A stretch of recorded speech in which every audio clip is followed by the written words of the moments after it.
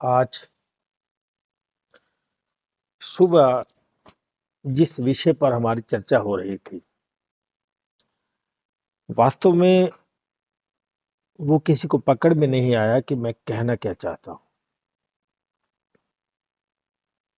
मैं कहना ये चाह रहा था कि जैसा कि कहा गया था कि मानो किसी में 5 तत्व हैं ना, मनुष्य में 5 तत्व हैं, जबकि किसी में 4, किसी में 3, किसी में 2, किसी में 1, मानो पेड़ में 1 तत्व है। तो क्या ये बात सच है? मैं केवल इस पर बात करना चाह रहा था। अब कौन सा तत्व कितना कम है कि अधिक है, वो बात अलग है। 5 तत्व हैं माने हैं, इस पर बात कर रहा था। तो अगर हम पेड़ की बात लें, तो क्या पेड़ में सच में 1 तत्व है या ऐसा नहीं है?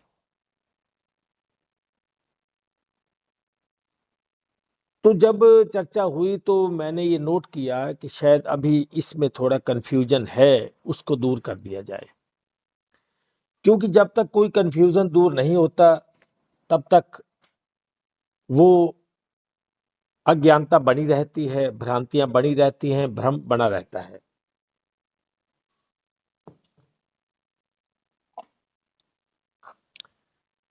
तो इसी से संबंधित मैंने आज जो जिस प्रश्न को चुना है वो भी इसी से ही संबंधित है।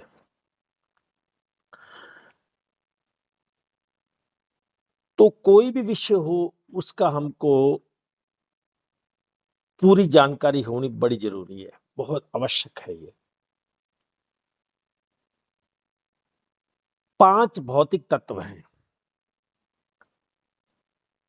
आकाश, वायु, अग्नि, जल और थल।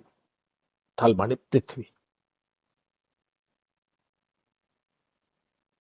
इस 5 का ये संसार बना है और इस 5 का ये शरीर बना है। अब एक तत्व के बाद जब दूसरा तत्व बनेगा तो पहले तत्व का जो उसमें समावेश हो जाएगा।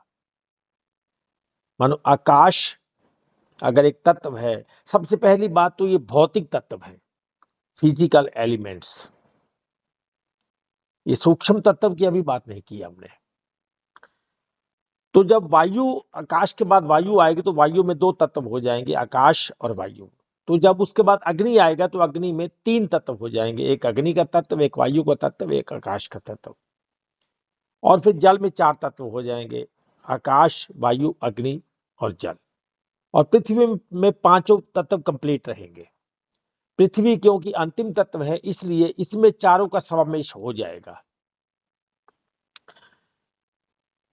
तो जिसके पास भी शरीर है, जिसके पास भी शरीर है, अगर उस शरीर में चमड़ी है, हड्डियां हैं, तो मानो पृथ्वी तत्व है, तो 5 तत्व कंप्लीट हो गए। क्योंकि पृथ्वी में 5 तत्व हैं, इसलिए शरीर में 5 तत्व हो जाएंगे, ऑटोमेटिकली हो जाएंगे। अब पेड़, क्योंकि पेड़ में पृथ्वी तत्व है, तो विचार करके देखिए, क्या पेड़ में अग्नि तत्व नहीं है? क्या पेड़ में वायु तत्व नहीं है? क्या पेड़ में जल तत्व नहीं है? क्या पेड़ में आकाश तत्व नहीं है? तो है, इसमें कोई संदेह नहीं है। हाँ, अगर हम बुद्धि लेवल पर बात करेंगे तो वो विषय अलग है, उसका 5 विषयों से अलग विषय है। अगर बुद्धि, मन, बुद्धि, अहंकार पर बात करेंगे तो फिर तो हम 8 की बात करें, 5 की बात क्यों करें? फिर तो ये अष्ट प्रकृति वाला मैटर हो जाएगा। फिर 5 पे बात नहीं कर सकते, फिर हमें 8 पे बात करना पड़ेगा कि किसमें बुद्धि तत्व का कम है, किसमें ज्यादा है। फिर हम इस पर बात करेंगे। सुबह जो चर्चा हो रही थी वो 5 भौतिक तत्वों पे हो रही थी, इसलिए जिसके पास भी शरीर है, भले वो हाथी है, घोड़ा है, गधा है, बिच्छू है, सांप है, जब शरीर है तो शरीर 5 तत्व उसमें कंप्लीट हो ही जाएंगे। फिर उसके बाद आएंगे प्राण तत्व, वो अलग है, और चेतन को तो वैसे अलग तत्व कहा गया है। वो चेतन जो है वो तो परम तत्व है। तो इसलिए इस विषय को आज हम लेके इसलिए आया हूं ताकि इसमें किसी का कोई कंफ्यूजन ना रहे। अब आज क्योंकि हमारी इस विषय पर चर्चा हो रही थी, तो उसमें मुझे गीता के अध्याय 4 के श्लोक याद आ गए, जिसमें क्योंकि हमारी बात प्राण लेवल पे, बुद्धि लेवल पे, मन लेवल पे हो रही थी, तो इसलिए मैंने कहा कि आज इस विषय को लेते हैं। अब ये जो विषय है, ये जो प्राणों का विषय है, या प्राणों के यज्ञ है, जो जिसको अग्निहोत्र भी कहते हैं, अग्निहोत्र के रूप में भी कहा गया है। 2 प्रकार के यज्ञ हैं, इसको यज्ञ भी कहते हैं और यज्ञ भी कहते हैं। वास्तविक शब्द है यज्ञ, पर क्योंकि बोलचाल की भाषा में हम यज्ञ बोलते हैं। तो 2 प्रकार के यज्ञ हैं, एक है द्रव्यमय यज्ञ और एक हमारे शरीर में जो हर समय यज्ञ होता रहता है, हर समय, उस पर बात करेंगे। और ये विषय केवल योग शास्त्र का नहीं है, बल्कि वेद, उपनिषद, गीता और तो और आयुर्वेद का भी मूल विषय है ये। मतलब आयुर्वेद में भी इस यज्ञ की बात की गई है, प्राणों का यज्ञ, जिसको हम प्राणायाम भी बोलते हैं। तो ये आयुर्वेद का मूल है, ये प्राणायाम। यदि इसे या इन यज्ञों को समझ लिया जाए तो ये स्पष्ट हो जाएगा, क्लियर हो जाएगा कि जो शरीर है केवल मांस हड्डियों का ढांचा नहीं है, केवल रक्त की बात नहीं है, हड्डियों की बात नहीं, मांस की बात नहीं है, बल्कि चेतना और प्राण शक्ति से चलित या संचालित एक अलौकिक ऐसा दिव्य यंत्र है, एक ऐसी दिव्य मशीन है जो लौकिक संसार में जीव को साकार संसार के सुख दुख रूपी खेल में खेलने के लिए दी गई है, या खेल का आनंद लेने के लिए दी गई है, ऐसा भी कहा जा सकता है। अब इसमें जो प्राण शक्ति चलती है वो शरीर का एक मुख्य ऊर्जा स्रोत है। तो प्राण वास्तव में एक नहीं है, क्योंकि हम हमेशा एक ही प्राण की बात करते हैं जो श्वास के माध्यम से आता है। हम इसके आगे हम ज्यादा गहरे में गए नहीं, तो आज हम थोड़ा और गहरे में चलेंगे कि प्राण एक नहीं है, प्राण 5 है। 5 प्रकार के प्राण हैं, मानो प्राणों के जो प्रकार हैं वो 5 हैं। तो शास्त्रों में एक ही प्राण शक्ति जो है, इन्हें 5 मुख्य कार्यों के अनुसार 5 भागों में बांटा गया है, या प्राण ये कह लो कि 5 प्रकार के काम करता है। इसके नाम, सबसे पहला तो इसका नाम प्राण ही है, प्राण शक्ति। सबसे पहला प्राण, दूसरा अपान, तीसरा समान, चौथा उदान और 5वां व्यान। मानो प्राण शक्ति, अपान शक्ति, समान शक्ति, उदान शक्ति और व्यान शक्ति। इसको आप बाद में सुन के लिख भी लेना, भले वैसे आपको याद हो जाएंगे, जब इसका व्याख्या करेंगे तो आपको ये याद हो जाएंगे। ये 5 प्रकार के अलग अलग केवल वायु नहीं है, बल्कि एक ही जीवन शक्ति के 5 प्रकार के काम हैं, 5 प्रकार के कार्य हैं ये, जिसे हम शरीर को,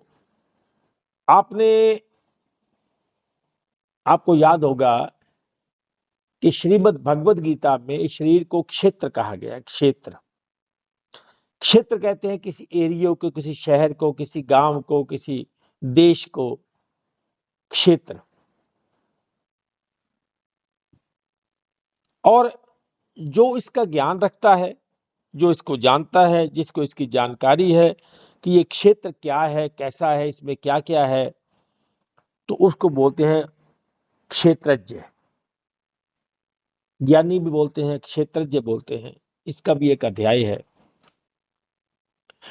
तो आज हम जब बात करेंगे तो इसको क्षेत्र मानकर बात करेंगे, ताकि बात अच्छी भी लगेगी और अब पकड़ में भी अच्छा आएगी और याद भी रहेगी, भूलेगी भी नहीं। तो ऐसा मानिए कि आपके पास या मेरे पास, जिसके पास भी जो शरीर है वो उसका क्षेत्र है। उसको आप गांव मान लो, उसको आप निवास मान लो, उसको शहर मान लो, जीव का निवास स्थान मान लो, जीव का घर मान लो। तो जब ऐसा करके उसे देखने का प्रयास करेंगे, ताकि जीव अपने घर या पिंड या सृष्टि के बारे में अच्छे से मनन कर सके, चिंतन कर सके, जान सके, समझ आ सके उसे, क्योंकि ये जीव का मकान है। जीव का मकान है जिसमें बैठकर ये संसार के आनंद लेता है, संसार के सुख भोगता है, संसार के दुख भोगता है। तो ये संसार को देखता है, जानता है, समझता है, इसमें रहता है। तो अब उस शरीर में रहने के लिए इसको एक शक्ति चाहिए, मानो शरीर चालू हो, इसके जो इंद्रियां हैं वो कार्य कर रही हो। अगर इसकी इंद्रियां काम नहीं करेंगी तो जीव जो है ये संसार को शरीर के माध्यम से नहीं देख पाएगा। इसलिए जीव को चलता हुआ शरीर चाहिए, चलता हुआ शरीर, क्रियाशील शरीर चाहिए। अगर शरीर में क्रियाशीलता नहीं है तो जीव इसमें बैठकर संसार को नहीं देख पाएगा, इसमें नहीं घूम पाएगा, इसमें खा पी नहीं पाएगा। इसमें खाने पीने का आनंद, बैठने का, सोने का, खेलने का, हंसने का, रोने का, गाने का, चिल्लाने का, सुनने का, सुनाने का, ये आनंद नहीं ले पाएगा। तो इसको ये जो मशीन चाहिए, ये जो इसका माने एक ऐसा यंत्र है जिसको अलौकिक यंत्र कहते हैं, परंतु काम लौकिक में करता है अलौकिक। अलौकिक इसलिए है क्योंकि इसका जो संबंध है वो अलौकिकता से है। मानो इसको, शरीर को सारी शक्ति अलौकिकता से मिलती है, सूक्ष्म से मिलती है, परंतु चलता हुआ यहां दिखाई देता है। ये जो इसको चलाने वाला है वो अदृश्य है, वो अलौकिक है, इसलिए इसको अलौकिक यंत्र कहा जा सकता है। तो सबसे पहले इसमें प्राण है, जिसका स्थान आपको पता ही है कि नाक के माध्यम से हमारे हृदय में और छाती में इसका जो हमारे लंग्स है इसमें श्वास जाता है, तो आप जानते ही हैं। अब इस प्राण का काम क्या है? हम इसको प्राण शक्ति भी बोलते हैं, हालांकि ये प्राण देव में भी आता है, ये देव भी है, इसको देवता भी कहा गया है, क्योंकि जीवन जीने के लिए जितनी भी शक्तियां या जो भी हमें उपयोगी है वो सारा दैविक है। तो इसका कार्य है श्वास लेना, मतलब श्वास का आना और जाना। और जब श्वास आएगा तो इसमें हमारा हार्ट बीटिंग भी होगा, इंद्रियों को शक्ति भी देगा, नाड़ियों को शक्ति भी देगा। तो हर अंग प्रत्यंग को ये मानो चलाने में सहायक है हमारा श्वास। अब इसका आध्यात्मिक अर्थ ये है कि ये जीवन को बाहर से भीतर ग्रहण करने की शक्ति है। ये जो हमारा जीवन है इसको बाहर से भीतर की ओर ले जाने की शक्ति का नाम प्राण शक्ति है। मानो ये बाहर से आता है, और जब बाहर से आएगा तो प्रवेश तो अंदर करेगा ना। तो ये एक शक्ति है जिसके माध्यम से हमारा ये जो इंजन स्टार्ट है, मानो ये मशीन चालू है, स्टार्ट है। जब हमारा प्राण स्थिर होता है, आराम से स्मूथ होकर चलता है, तो ये समझ लो कि मन भी तब स्थिर होने लगता है। अब अगर इसमें गड़बड़ी है तो मन में भी थोड़ी गड़बड़ी दिखाई देने लगती है, या मन भी थोड़ा अशांत होने लगता है। अब श्वास तेज चल रहा है तो मानो आपका मन भी एक स्थिर कैसे हो सकता है, तब आपकी बुद्धि स्थिर कैसे हो सकती है। अब ये मान लो स्लो चलने लगे तो भी आपका मन कैसे स्थिर हो सकता है। मन में घबराहट पैदा हो जाएगी, कहीं मेरा श्वास रुक रहा है, कहीं मैं श्वास छोड़ ना दूं, मेरे को तन ना छोड़ना पड़े। तो मन से जो प्राणों का लिंक है वो सीधा बना रहता है।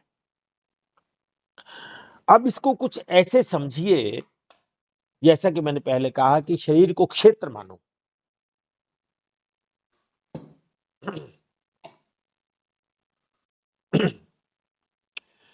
कि मान लो आप किसी शहर में हैं, किसी देश में हैं, किसी गांव में हैं, और उस गांव में चारों तरफ से चार दीवारी हुई है और उस चार दीवारी में कुछ एक गेट लगाए गए हैं जो बाहर की ओर खुलते हैं और उसमें एक गेट है जिसमें उस शहर में या उस गांव में या उस देश में खाने पीने का सारा सामान उस गेट से आता है, चाहे वो फिर खाने का सामान है, पीने का सामान है या फिर हवा का सामान है। हवा भी है, वो ऑक्सीजन समझ लो आप, वायु है, वो भी उसी गेट से ही आती है। इस गेट को जब आप अपने मन में रखेंगे तो आपको ज्यादा बढ़िया पकड़ में आएगा। तो ये एक ऐसा मुख्य द्वार है शहर का या गांव का या देश का या उस क्षेत्र का, जिस द्वार के माध्यम से जीवन जीने के लिए हर प्रकार का खाने पीने का और वायु तक का सारा सामान बाहर से आता है। और अगर ये गेट कहीं बंद हो जाए तो ना तो खाने पीने का सामान आएगा और ना फिर वायु वगैरह अंदर प्रवेश कर पाएगी। तो फिर इसमें जो जीव है उसको इसको शहर को छोड़ना पड़ेगा, क्योंकि वो इसमें तभी रह सकता है जब माने ये शरीर चालू है, क्रियाशील है। तो दूसरा है अपान शक्ति, पहला प्राण, दूसरा अपान। इसका जो स्थान है वो नाभि के नीचे का भाग है, नाभि के नीचे भाग। और इस अपान शक्ति का कार्य क्या है? मल मूत्र का त्याग करना, प्रजनन, प्रसव आदि, प्रजनन, प्रसव और मल मूत्र का त्याग। अब इसको ऐसा समझिए कि ये एक ऐसा द्वार है, ये भी एक द्वार है, ये एक ऐसा द्वार है कि शहर में जब हम खाएंगे पिएंगे तो उसमें जितना भी उसका वेस्टेज होगा, शहर का पूरा कचरा, जैसे हम अपने घर का कचरा रोज बाहर फेंकते हैं, तो उसी प्रकार ये पूरे का पूरा जो कचरा है उस गेट से हम कचरे को बाहर फेंकते हैं। वो गेट दूसरा है, एक और दूसरा गेट, एक दूसरा द्वार, जिससे पूरे का पूरा कचरा जो है वो बाहर जाता है। अब आध्यात्मिक अर्थ में इसको ये कहा जाए कि ये अशुद्धियों को समाप्त करता है, निष्कासन करता है उसका, केवल शरीर का नहीं बल्कि हमारे मन की वासनाओं का त्याग भी अपान के शुद्ध होने से जुड़ा रहता है। जैसा मैंने पहले कहा कि जब आपका शरीर अशुद्ध होगा, इसमें को विकार आ जाएगा, आपने 2 दिन से मल त्याग नहीं किया है या 2-4-10 घंटों से मूत्र का त्याग नहीं किया है, तो उसी तरह प्रजनन प्रसव आदि में कोई मुश्किल आ रही है तो मन भी उसमें थोड़ा बाधित होगा, खराब होगा, उसमें भी तनाव आएगा, तो वो शुद्ध नहीं रह पाएगा, वो खुश नहीं रह पाएगा। तो इसमें मन का जो है संबंध है वो जुड़ा रहता है। तीसरा समान, समान शक्ति कह लो इसको। तो इसका स्थान है नाभि क्षेत्र। वो था नीचे, ये थोड़ा ऊपर आ गया, इसका है नाभि क्षेत्र। अब इसका काम क्या है कि जितना भी हम खान पीन का सामान लेंगे, भोजन का, वो पाचन करेगा, उसको तोड़ेगा, उसको फोड़ेगा, उसका रस निकालेगा। रस के बाद तो वेस्टेज आएगा ना, तो वेस्टेज जो होगा वो पहले वाले को दे देगा, जिसका हमने नाम लिया था अपान। तो ये जब रस बनाएगा, रस का निर्माण करेगा, तो शरीर में एक ऊर्जा का संचारण होगा, क्योंकि रस बन गया तो शरीर को ऊर्जा चाहिए। तो ये उस भोजन का रस निकाल लेगा, रस का निर्माण करेगा और शरीर में उसका पोषण का मानो संतुलन बना देगा।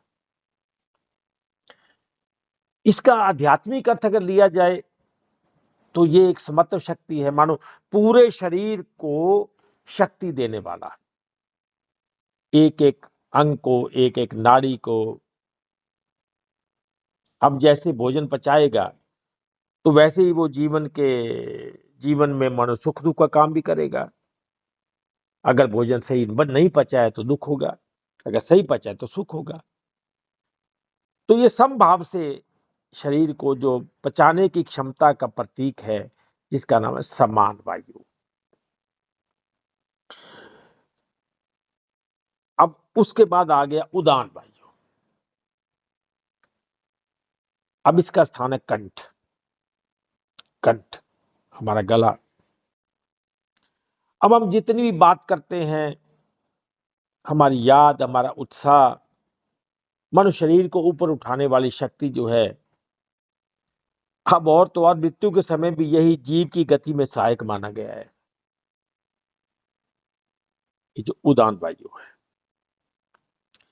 अब इसका आध्यात्मिक अर्थ अगर लिया जाए तो ये चेतना को ऊपर उठाने वाला है, और जो लोग साधना करते हैं, साधक हैं, ध्यान करने वाले हैं, उनको भी इसमें बड़ी सहायता मिलती है, क्योंकि ये उत्थान प्रवृत्ति का आधार बनता है। और उसके बाद आएगा व्यान। अब ये पूरे शरीर में होता है व्यान। काम क्या है? जिसको हम बोलते हैं ब्लड प्रेशर या रक्त संचार, वो इसका काम है। स्नायु तंत्र, प्रत्येक अंग तक ऊर्जा को पहुंचाना, पांव के नाखून से लेकर सिर की चोटी तक इसका काम है व्यान का। ये संपूर्ण शरीर में शक्ति का जो प्रसार करता है, तो जिसका नाम है व्यान वायु। तो अगर इसमें इसका आध्यात्मिक स्तर देखा जाए तो मन की चंचलता समाप्त होकर प्राण जो है इसमें एकाग्र हो जाता है। मानो जब प्राण एकाग्र हो गया तो तब ये इसी का काम होता है, व्यान वायु का। तब जो ध्यान है वो सहज हो जाता है, एक सहज अवस्था हो जाती है, बंदा आराम से बैठा है, बिना तनाव के, बिना उसके।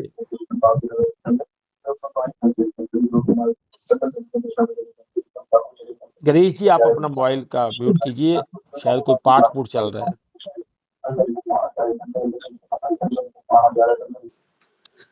परमपिता परमेश्वर की जय। तो यही जो है ये प्राणों का यज्ञ है, यही जो है ये प्राणों का यज्ञ है। अब इसको जरा समझिए, इस पे हम बात करेंगे। तो अब हमें चलना पड़ेगा श्रीमद् भगवद गीता पर, ताकि हमें इस बात को इसमें हम निकालेंगे अध्याय 4 के श्लोक नंबर 27 से 32 तक। अध्याय 4 श्लोक नंबर 27 से 32 तक पढ़ेंगे, फिर उसके बाद हम इस पर चर्चा करेंगे, जिसे प्राणों के यज्ञ या अग्निहोत्र के रूप में भी कहा गया है। अध्याय 4 श्लोक नंबर 27 से शुरू करेंगे। हालांकि पहले शुरू कर सकते हैं, परंतु 27 से हमारा काम हो जाएगा। ठीक, अब सबसे पहले 27।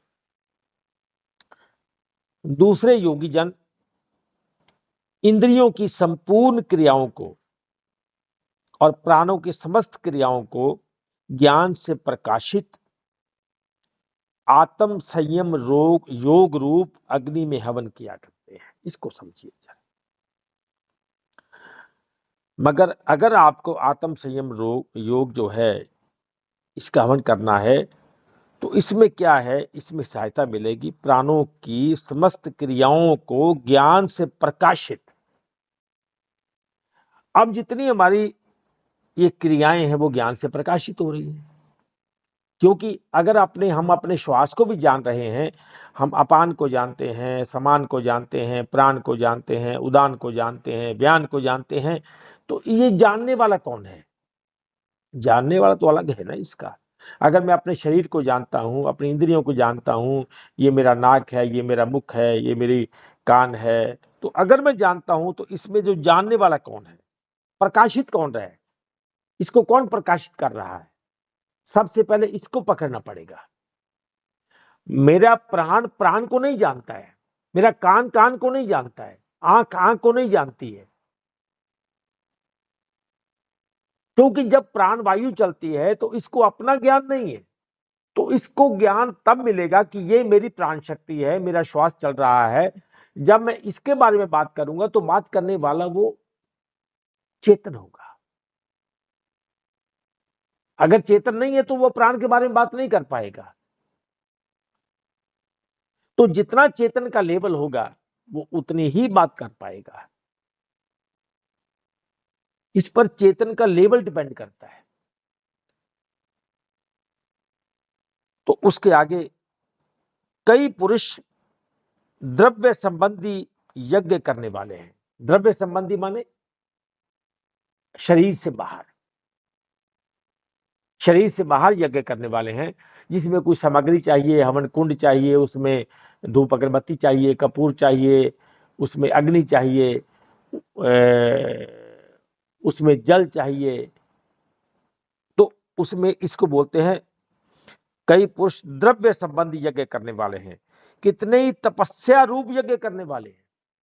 अब तपस्या रूप में तो फिर श्वास चाहिए, प्राण शक्ति वाला शरीर चाहिए। तथा दूसरे कितने ही योग रूप यज्ञ करने वाले हैं।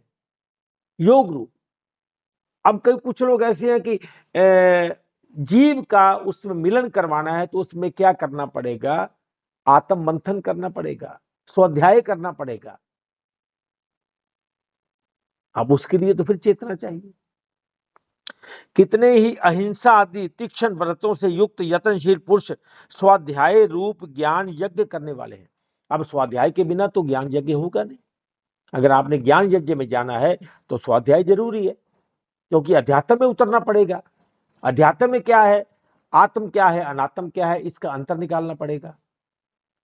तो जब कोई स्वाध्याय करता है, सेल्फ रियलाइजेशन करता है, तो मानो उसको इस शरीर में बैठकर इस बात पर विचार करना पड़ेगा, क्योंकि उसके पास दोनों हैं। उसके पास प्राण शक्ति भी है, उसके पास शरीर भी है, मानो जड़ शरीर भी है, प्राण शक्ति भी है, और साथ के साथ चेतन भी है। तो उससे वो जानेगा कि इसमें आत्म कौन सा है, अनात्म कौन सा है, मानो होश वाला कौन है और बिना होश वाला कौन है। जब हम बोलते हैं कोई भी शरीर परमात्मा नहीं होता, तो इसके पीछे कोई छोटी बात नहीं है, क्योंकि शरीर जड़ है तो परमात्मा केवल जड़ नहीं होता। इसलिए जब हम ज्योति दर्शन भी करवाते हैं तो उसको भी बोलते हैं कि ये परमात्मा नहीं है, ये केवल शक्ति है, क्योंकि इसको अपना ज्ञान नहीं है, ये अपने बारे में बात नहीं कर सकता। कोई भी व्यक्ति अगर प्रकाश को देख रहा है तो देखने वाला बात करेगा, मैं प्रकाश देख रहा हूं, ये नीले रंग का प्रकाश आ रहा है, पीले रंग का आ रहा है, मानो काले रंग का आ रहा है, सफेद रंग का आ रहा है, सूर्य के जैसा है कि चांद के जैसा है कि मोमबत्ती के जैसा है कि तारे के जैसा है। तो वो इसका विस्तार कर रहा है क्योंकि वो चेतन है। परंतु अगर प्रकाश को परमात्मा कह देंगे तो प्रकाश अपनी व्याख्या नहीं कर सकता। हम देख रहे हैं, देखने के बाद उस पर कमेंट्री भी कर रहे हैं, व्याख्या भी कर रहे हैं, विस्तार भी कर रहे हैं, परंतु प्रकाश हमारी व्याख्या नहीं कर रहा है कि मैं सुरेंद्र को देख रहा हूं, कि मैं मनमोहन को देख रहा हूं, कि मैं किसी ऐसे व्यक्ति विशेष की बात कर रहा हूं। तो इसमें स्वाध्याय का भी यज्ञ है, इसको भी यज्ञ कहा गया है। अब इसमें आ गया श्लोक नंबर 29 और 30, ये इकट्ठा है। दूसरे कितने ही योगी जन अपान वायु में प्राण वायु को हवन करते हैं। अपान वायु में प्राण वायु को हवन करते हैं।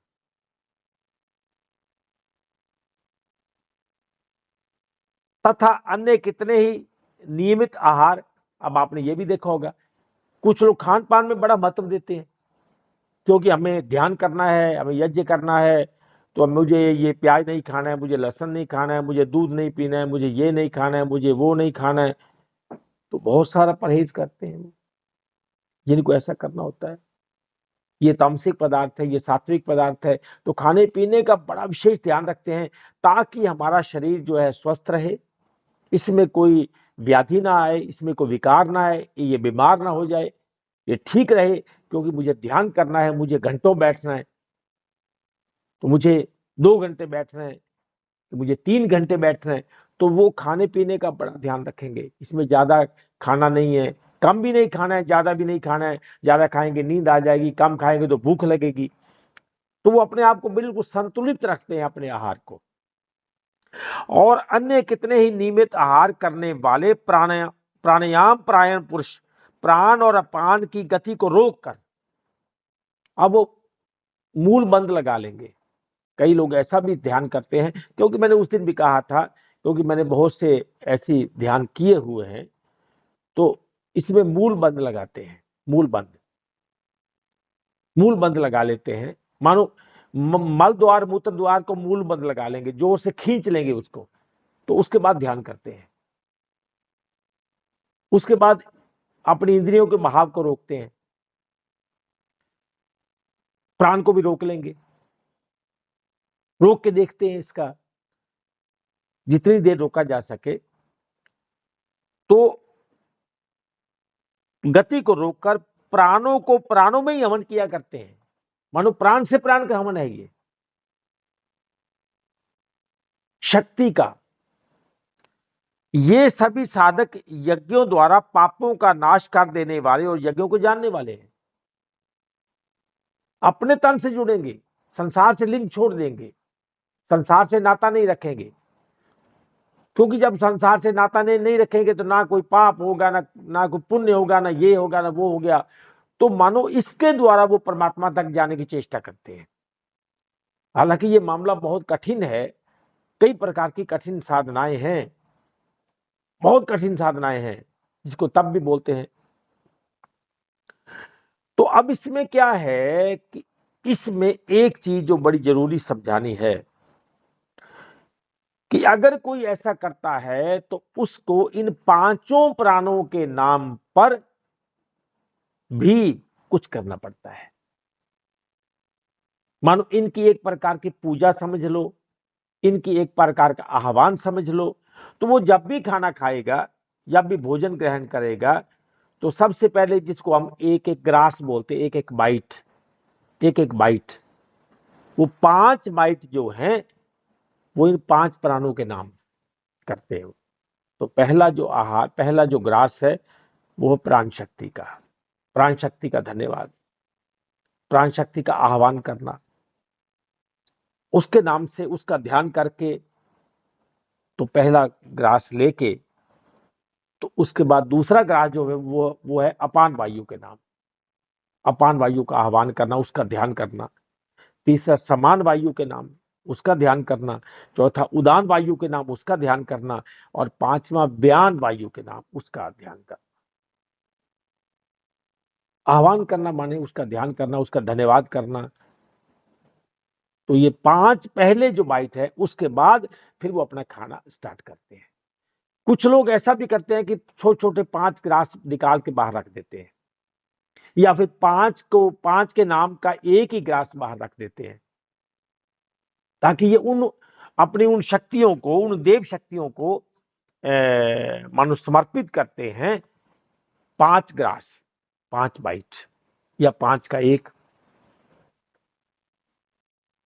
तो वो देवताओं को अर्पित करते हैं। आपने देखा होगा कि जब आप किसी हलवाई की दुकान पे या किसी खाने वाले के पास जाते हैं, तो जब भी वो खाना बनाता है ना, तो उसमें सबसे पहला वो अपने उसमें अग्नि में देता है, वो थोड़ा सा डाल देगा उस अग्नि में। हालांकि उसको ज्ञान हो ना हो वो बात की बात है, परंतु वो ऐसा करता है। अब वो ऐसा किस लिए करता है कि वो ये समझता है कि ये जो मैंने प्राण का, ये जो मेरे अंदर 5 प्रकार के यज्ञ चल रहे हैं, इसमें मुझे आहुति देनी है। और अगर मैं इसमें आहुति नहीं दूंगा तो फिर मैं पापी हो जाऊंगा, मैं स्वार्थी हो जाऊंगा। तो मुझे ये भोजन जो है ये सात्विक नहीं बनेगा, और मुझे वो शक्ति भी नहीं देगा, मुझे फल भी नहीं देगा, मेरा ध्यान भी नहीं टिकने देगा। तो इसीलिए वो जो भोग लगाने के बाद जो बाकी भोजन बचा है, उसे प्रसाद के रूप में ग्रहण करते हैं वो, शरीर की एनर्जी के लिए, शरीर की ऊर्जा के लिए। तभी मैंने कहा था ये विषय जरूरी है, इसको जान लेना चाहिए, ताकि बहुत कुछ मिलता है जानने में। तो आज मैंने कहा इसी विषय को छेड़ते हैं ताकि थोड़ी जानकारी हो जाएगी। तो उसमें इसमें 31 में कहा गया है, ये जो मैंने ग्रुप में डाला था, कि हे कुरुश्रेष्ठ अर्जुन, यज्ञ से बचे हुए अमृत का अनुभव करने वाले योगी जन सनातन परब्रह्म को प्राप्त होते हैं। अब जो कोई ऐसा करेगा तो अपने कर्मों को शुद्ध कर रहा है, वो अपने कर्मों को शुद्ध करके वो परमात्मा के से योग, जिसको बोलते कर्म योगी, उसको कर्म योगी बोले। कर्मों के द्वारा, अच्छे कर्मों के द्वारा वो जाना चाहता है उसमें, केवल अच्छे कर्मों के द्वारा, ना किसी से द्वेष, ना किसी से कोई हिंसा, ना किसी की निंदा, ना किसी की चुगली, ना किसी से कोई मतलब अपेक्षा करना, ना, केवल केवल परमात्मा के सहारे रहना, परमात्मा का ही ध्यान करना, परमात्मा के सहारे रहना, उसी के सहारे पूरा जीवन जीना, किसी से ना कोई उपेक्षा है, ना किसी का द्वेष है। तो ये ऐसा करने वालों को कर्मयोगी कहा गया है। हालांकि मार्ग बड़ा कठिन है, बहुत मुश्किल मार्ग है ये, तो ज्ञान यज्ञ सरल मार्ग है, इसके बारे में भी आगे कहेंगे कृष्ण जी। तो यज्ञ से बचे हुए अमृत का अनुभव करने वाले योगी जन सनातन परम ब्रह्म को प्राप्त होते हैं, और यज्ञ ना करने वाले पुरुष के लिए तो ये मनुष्य लोक भी सुखदायक नहीं है। अगर कोई ऐसा नहीं करता है, मानो केवल सीधा वो खाना रखा और खा लिया, उसके लिए इसका कोई आह्वान नहीं किया, इसका ध्यान नहीं किया, इसका धन्यवाद नहीं किया, तो मानो उसका जो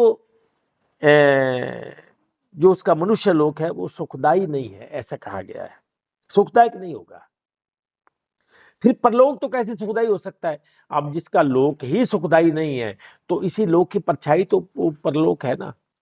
अगर आप इसमें आपका नाम मनमोहन है तो सूक्ष्म लोक में मनमोहन ही तो है, परलोक में भी आप मनमोहन बने रहेंगे। इसमें अगर कोई चोर डाकू है तो उसमें भी चोर डाकू है, इसमें अगर कोई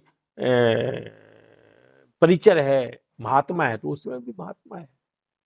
तो जब लोक सुखदायक नहीं है तो परलोक सुखदायक नहीं हो सकता।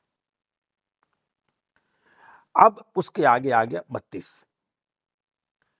इसी प्रकार और भी बहुत तरह के यज्ञ वेद की वाणी में विस्तार से कहे गए हैं। ये वेद एक यज्ञ नहीं है, अनेक प्रकार के यज्ञ हैं, अनेक प्रकार के यज्ञ हैं।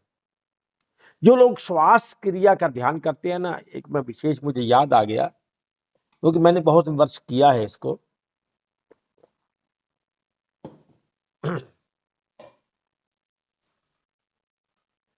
तो जब कोई इसका श्वास क्रिया का ध्यान करता है ना, तो उसमें कुछ देर बाद श्वास क्रिया चलने लगती है माने तेज, ये तेज हो जाएगी।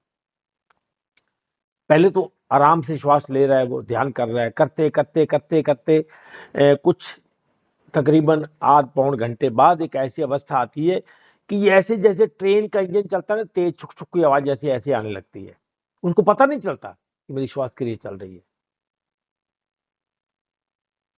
इसका प्राणों का वेग जो है बहुत तेज हो जाता है तब। अब कुछ साधनाएं ऐसी भी हैं कि अपनी जीभ जो है इसको कंठकूप में प्रवेश करवाते हैं। कंठकूप में एक तो है जिसमें हम खाना डालते हैं, एक वो कंठकूप है, एक इसके थोड़ा उर्ली तरफ थोड़ा पहले आएगा कंठकूप, इसको खैचरी मुद्रा बोलते हैं। इसका अभ्यास भी मैंने काफी वर्ष किया था। तो खैचरी मुद्रा लगाते हैं तो जीभ को तालू से सटा के रखते हैं, तो उसको प्रतिदिन हर बार पीछे खींचने की चेष्टा करते हैं, और फिर एक समय ऐसा आता है कि वो जीभ को कंठकूप में प्रवेश करवा लेगा। ये जितने समाधि वाले हैं ना, तो ये कंठ में उसमें जीभ को कंठकूप में प्रवेश करा के समाधि लेते हैं, उसमें खाना पीना भूख प्यास नहीं लगती है। ये भी एक प्रकार का ध्यान है।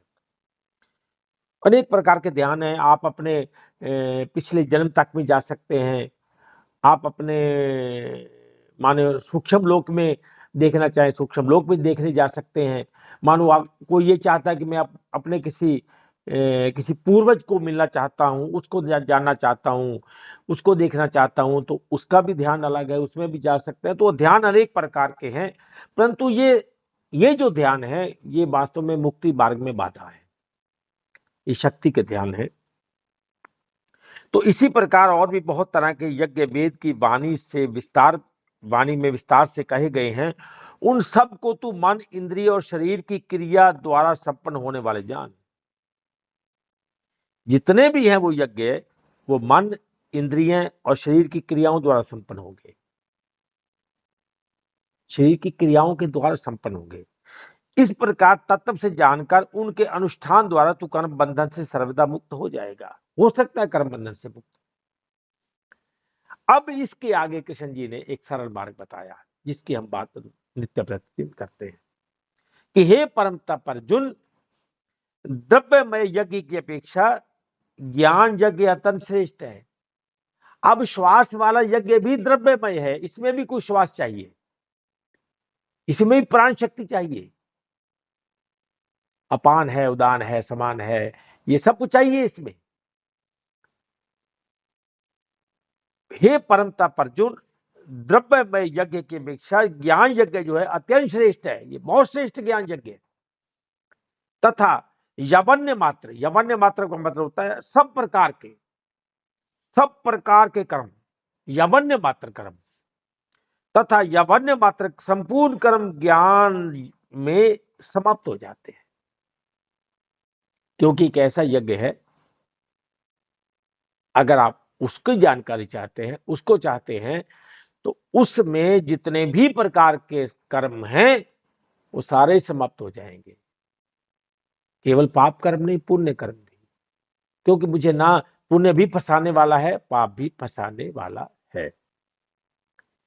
तो तभी कहा, इसके बाद वो आता है, तो पूरी गीता में जो कृष्ण ने अर्जुन को ज्ञान दिया है, उसके बाद ये ज्ञान है जो जिसकी अब चर्चा की है ना, कि उस ज्ञान को तू तत्वदर्शी ज्ञानियों के पास जाकर समझ, उनको भली भांति दंडवत प्रणाम करने से, उनकी सेवा करने से और कपट छोड़कर सरलता पूर्वक प्रश्न करने से वे परमात्म तत्व को भली भांति जानने वाले ज्ञानी महात्मा तुझे उस तत्व ज्ञान का उपदेश करेंगे।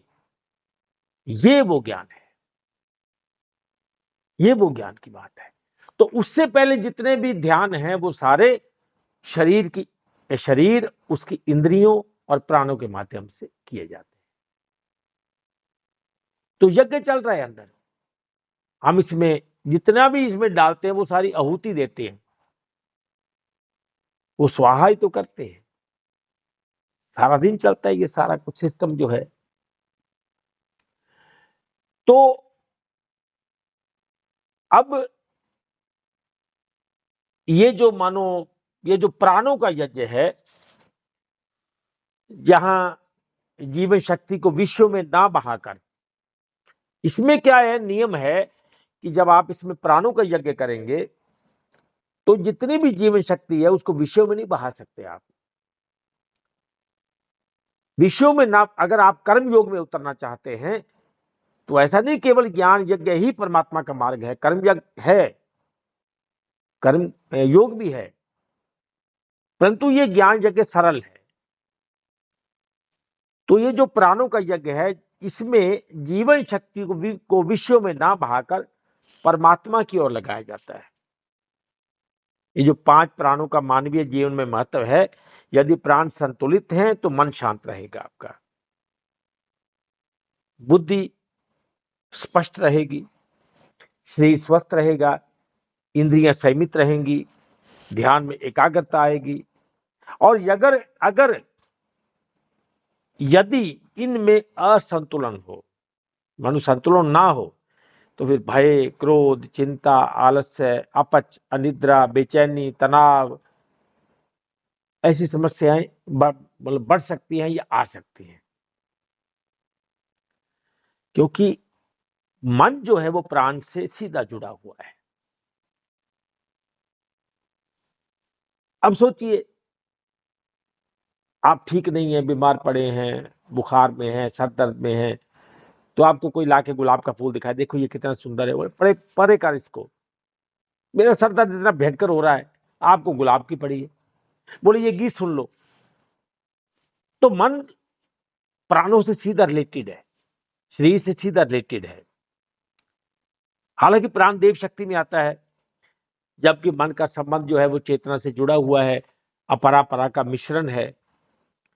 फिर भी शरीर के स्वस्थ ना होने पर मन का दुखमय होना जो है वो स्वाभाविक है, क्योंकि मन चंचल हो तो श्वास भी चंचल हो जाती है। जब आपका मन चंचल हो ना, तो अपनी श्वास की ओर ध्यान देना। चंचल मन में श्वास भी चंचल रहेगी। अगर श्वास शांत हो तो मन भी आपका शांत लगेगा। आप बिल्कुल आराम से बैठे हैं, कोई टेंशन नहीं, कोई तनाव नहीं, कोई दुख नहीं, शरीर स्वस्थ है, तो श्वास भी ऐसे शांत होकर चलेगा। इसलिए योग में ऐसा कहा गया है कि जहां प्राण है वही मन है, जहां मन है वही प्राण है। या ऐसा भी कह दिया गया कि जैसा खाओगे अन्न वैसा बनेगा मन। तो प्राणों से सीधा, क्योंकि अन्न का संबंध प्राण से है, तो प्राण का संबंध मन से है। तो जब कोई भी साधक ध्यान करने वाला स्वाध्याय के माध्यम से प्राणों को संतुलित कर लेता है, तो तब मन क्या है, वो अंतर्मुख होने लगता है, क्योंकि वो स्वाध्याय कर रहा है, अपना अध्ययन कर रहा है, मंथन कर रहा है, मनन कर रहा है। तो मन क्या होगा, वो अंतर्मुखी हो जाएगा। आप ज्ञान के बाद जब कोई भी मनन करेंगे तो आप अंतर्मुखी हो जाएंगे, एक बार बाहर से टूट जाएंगे आप। और फिर मन क्या करता है, अंतर्मुख होकर आत्म और अनात्म के अंतर को जानने लगेगा। अब 3 स्थितियों में उतरेगा। अब इसमें अपने मैं की तलाश करेगा, और फिर अंततः लास्ट में जाके वो तत्व में स्थित हो जाएगा, आत्मा में स्थित हो जाएगा। तो तब परमात्मा का अनुभव जो है वो संभव हो जाएगा, संभव हो जाता है। अब श्रीमद् भगवत गीता की दृष्टि में अभी ये कोई मतलब ये जो है, इसको कोई प्राणायाम जैसा नहीं है, प्राणायाम तक सीमित नहीं है, बल्कि 3 गुणों से ऊपर उठना है। शरीर जो है, संसार जो है, वो 3 गुणों में है, क्योंकि मायावी संसार है। तो 3 गुणों से ऊपर उठना जो है, वो इस कर्तापन का त्याग करना है। इसमें जो भी करता है, प्राण भी एक प्रकार का कर्ता है, शरीर का कर्ता प्राण है। तो अब मन के माध्यम से, बुद्धि के माध्यम से तो मानो शरीर को मैं सारा दिन मैं बोलता हूं, ये मैं हूं। इस कर्तापन का त्याग करके जब आप आत्म और अनात्म तक जाएंगे, तो तब आपको पता चल जाएगा कि इस शरीर का कर्ता शरीर वाला मैं नहीं है, इससे हटना पड़ेगा, क्योंकि आत्मा में स्थित होना है, परमात्मा का साक्षात्कार करना है। इसलिए हमने आज ये जो प्राणों के यज्ञ क्या है और ज्ञान यज्ञ क्या है, इसका अंतर पर बात की है। इसके अंतर पर बात की है कि जीवन शक्ति क्या है, मन क्या है, बुद्धि क्या है, अहंकार क्या है, और फिर आत्मा क्या है। तो इसलिए एक बात और कहूंगा कि भले हम ज्ञान यज्ञ की बात करते हैं, तत्व ज्ञान की बात करते हैं, तो मैं फिर भी कहूंगा ना, एक बार इसका एक्सपेरिमेंट अवश्य करना।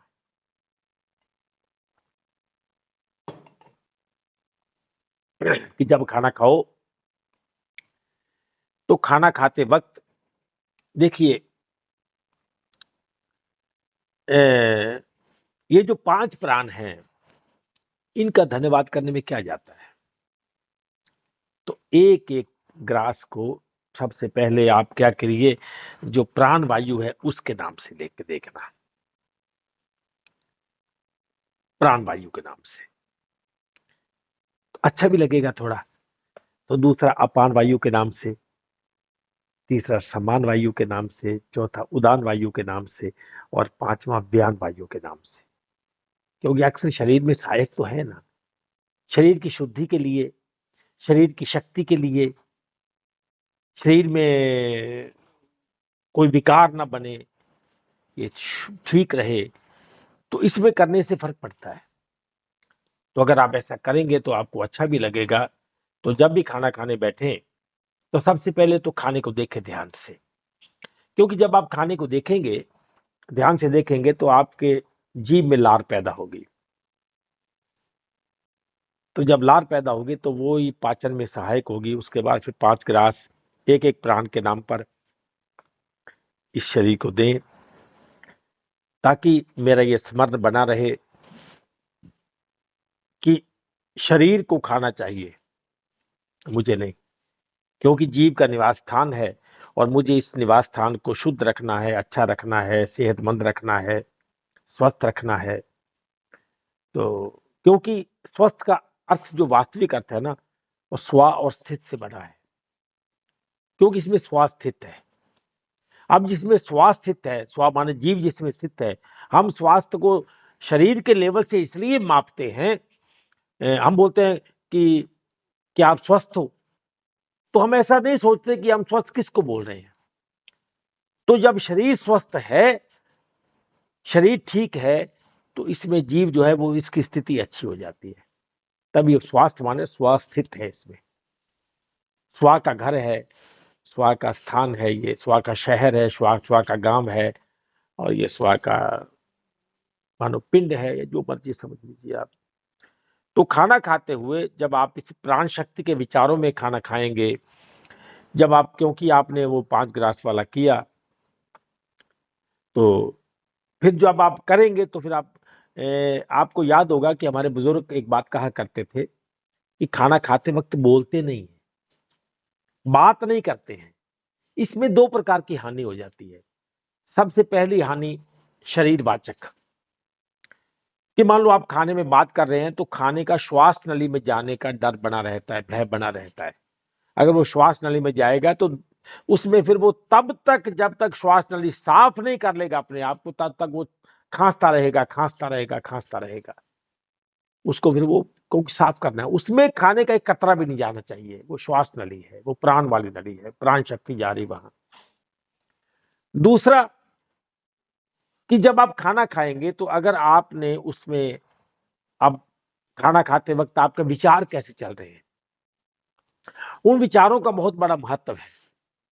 अगर आपके विचार अच्छे चल रहे हैं तो खाना भी आपके अच्छी शक्ति अंदर पैदा करेगा, क्योंकि भाव का सीधा लिंक है, भाव का सीधा कनेक्शन है खाने से। तो इसलिए जब आप खाना खाएंगे, तो अगर आपने पहले ऐसा किया तो खाना खाते हुए प्राण शक्ति के विचारों में आप खाना खाएंगे, उसका रसपान होगा, तो हमारे जितने भी ये 5 प्रकार की वायु है, ये अच्छे से काम करेंगे, शरीर में शुद्धता बनी रहेगी, अच्छी सेहत रहेगी। तो इसका अगर हम कर सके तो जरूर करना चाहिए। तो इसलिए, क्योंकि आज सुबह हमारा जो बात चल रही थी, वो चल रही थी इसी पर, इसी से संबंधित, ये पंच भौतिक से। तो इसलिए मैंने कहा कि आज फिर हमें प्राण पर भी थोड़ा बात कर लेनी चाहिए। 5 प्रकार हैं इसके, प्राणों के। तो इस पर मैंने इसलिए बात की। तो आशा करता हूं कि आपको ये इसमें अच्छा लगा होगा, कुछ जानकारी में, ज्ञान में थोड़ा इजाफा हुआ होगा, वृद्धि हुई होगी, बढ़ोतरी हुई होगी। तो अब इसी में, इसी के साथ अपने विचारों को रोकूंगा। तो कोई कुछ कहना चाहता है तो कह सकता है, स्वागत है उसका। धन्यवाद।